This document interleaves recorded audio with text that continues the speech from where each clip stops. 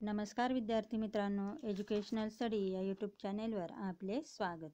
आज आपण स्टँडर्ड 7चा chapter number 13 change physical chemical म्हणजेच बदल भौतिक रासायनिक अभ्यासणार आहोत. त्यापूर्वी हा व्हिडिओ तुम्हाला आवडल्यास व्हिडिओला लाईक करा व आपल्या मित्रमैत्रिणींमध्ये शेअर करा व या चॅनेलवर जर तुम्ही नवीन असाल तर चॅनेलला सबस्क्राईब करा व बेल आयकॉन प्रेस करायला विसरू नका. म्हणजेच अशाच प्रकारचे नवनवीन व्हिडिओ व स्वाध्याय आपणास अभ्यासता येतील. चला तर आपण सुरू करूयात. Chapter number 13 changes physical and chemical म्हणजेच बदल. फिजिकल म्हणजेच भौतिक, केमिकल म्हणजेच रासायनिक, म्हणजेच बदल भौतिक आणि रासायनिक. आता सभोवताली सराउंडिंगमध्ये आपण वेगवेगळ्या प्रकारचे बदल या ठिकाणी पाहत असतो. म्हणजेच झाडाची वाढ होणे म्हणजेच ग्रोथ, त्यानंतर विजा चमकणे लाइटनिंग, झाडाला फळे किंवा फुले येणे, bears fruits and flowers to the tree, झाडांची पाने गळणे, पाऊस पडणे, हवेतील उष्णता वाढणे, हवेतील उष्णता कमी होणे, दूध खराब होणे, अशा प्रकारचे अनेक बदल आपल्या सभोवताली हे घडून येत असतात. तर काही बदल हे मानव निर्मित असतात तर काही बदल हे निसर्ग निर्मित असतात. म्हणजे झाडाची पाने गळणे, झाडाला फळ येणे, झाडाला फुले येणे, हे बदल जे आहेत ते नैसर्गिक बदल आहेत. These changes are natural changes. तर काही बदल हे मानव निर्मित बदल असतात. मग मानव निर्मित बदलांमध्ये आपण अनेक प्रकारची उदाहरणं पाहतो. त्यामध्ये फ्राईंग अ पुरी म्हणजेच पुरी तळणे, किंवा आणखी काही इतर जी काही कामं असतील, मेकिंग अ फर्निचर म्हणजेच फर्निचर तयार करणे, फ्रॉम द वूड म्हणजेच लाकडापासून फर्निचर तयार करणे, making a ceiling fan, making a table, making a chair, म्हणजे अशा प्रकारचे अनेक उदाहरणं आपण त्याच्यामध्ये घेऊ शकतो. मग हे जे सगळे बदल आहेत ह्या बदलांना मानव निर्मित बदल असं आपण म्हणतो. आता खाली काही चित्र दिलेली आहेत. या चित्रांमध्ये दुधाचं दही झालेलं आपल्याला दिसत आहे.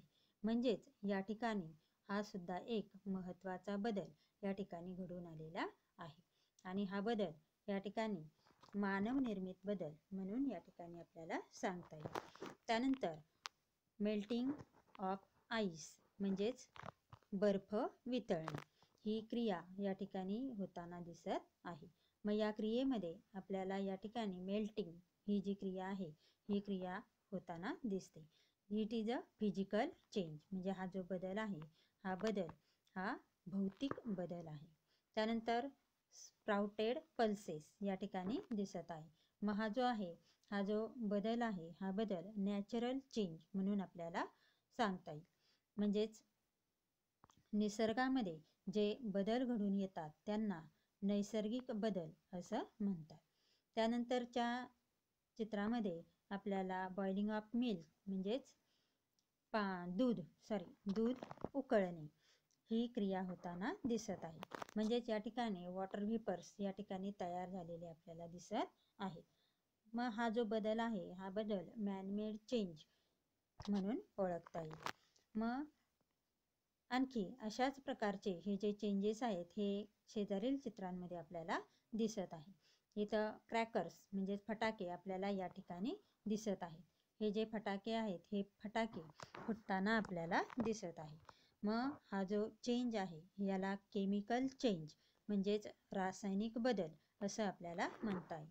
त्यानंतर कंबशन हे आपल्याला या ठिकाणी होताना दिसत आहे. म्हणजेच लाकूड जळताना या ठिकाणी दिसत आहे आणि जेव्हा लाकूड जळत असतं तेव्हा त्यामध्ये केमिकल चेंज अशा प्रकारचा बदल हा या ठिकाणी होत असतो.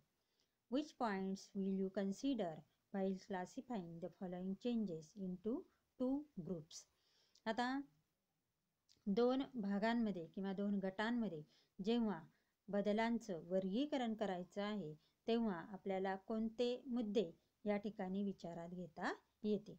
तर आपल्याला हे जे बदल आहेत हे बदल दोन ग्रुपमध्ये कन्वर्ट करताना आपल्याला हा बदल नैसर्गिकरित्या घडून आलेला आहे का त्यासाठी मानवाने काही ॲक्टिव्हिटीज किंवा कृती केलेल्या आहेत, याच्यावरून आपल्याला या दोन गटांमध्ये त्यांचं वर्गीकरण करता येईल.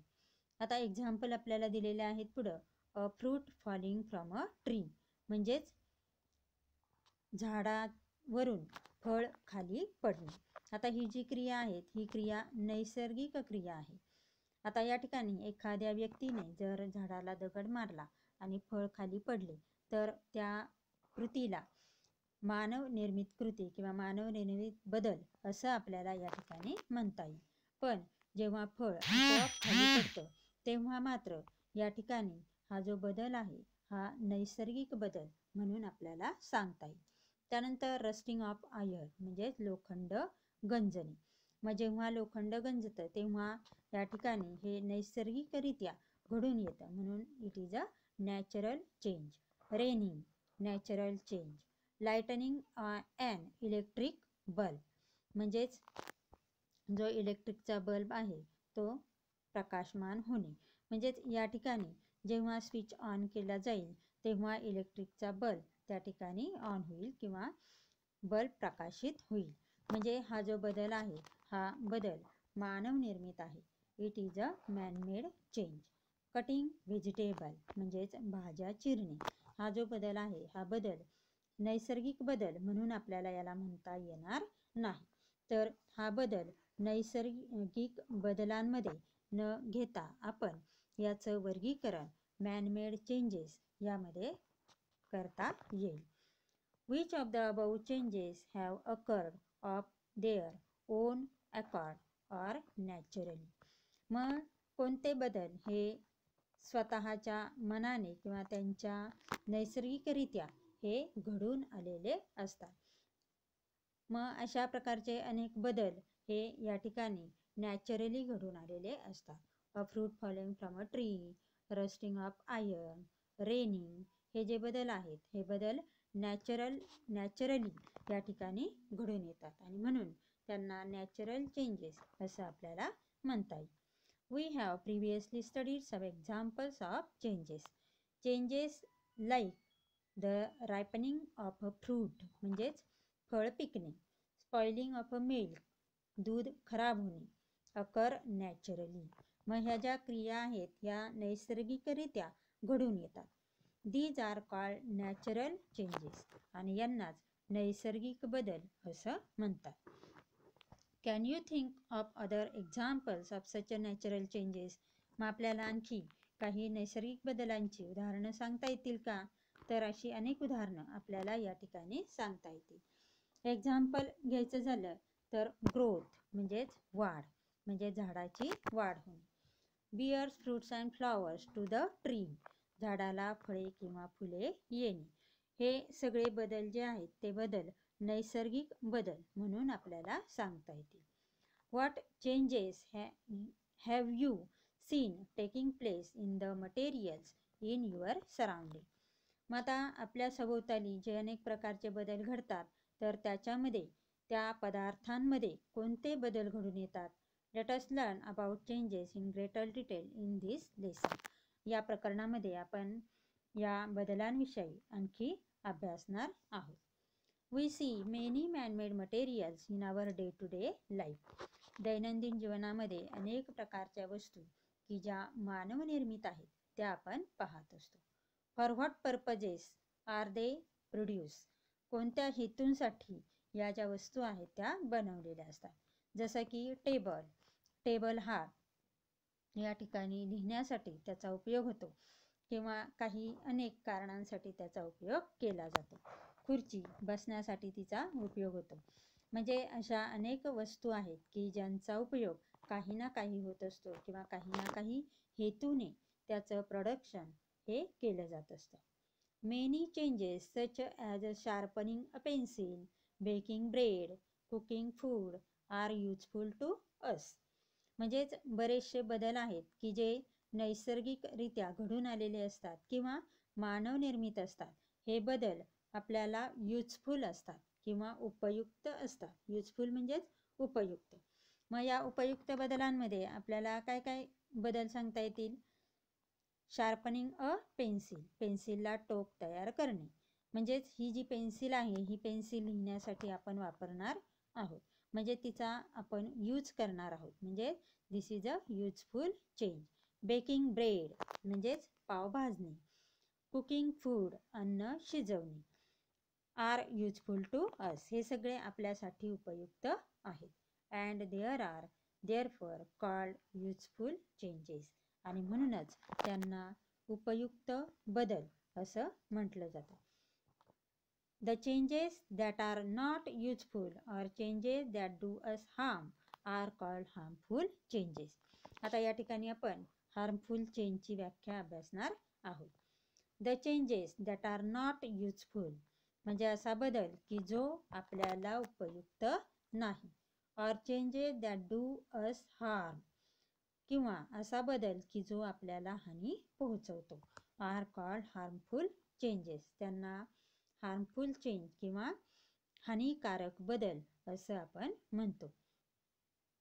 आता शेजारच्या चौकटीमध्ये आपल्याला दिलेलं आहे पहा, यूज युअर ब्रेन पॉवर, तुमच्या ब्रेन पॉवरचा उपयोग करा.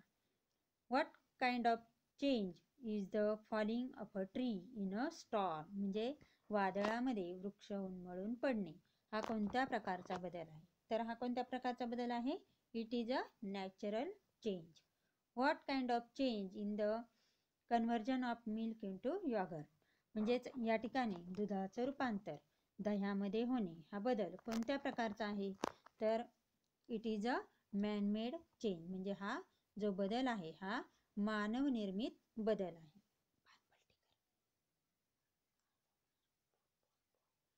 आणि अशा पद्धतीने या प्रकरणाचा फर्स्ट पार्ट आपण कंप्लीट केलेला आहे. या प्रकरणाचा सेकंड पार्ट आपण नंतरच्या व्हिडिओमध्ये अभ्यासणार आहोत.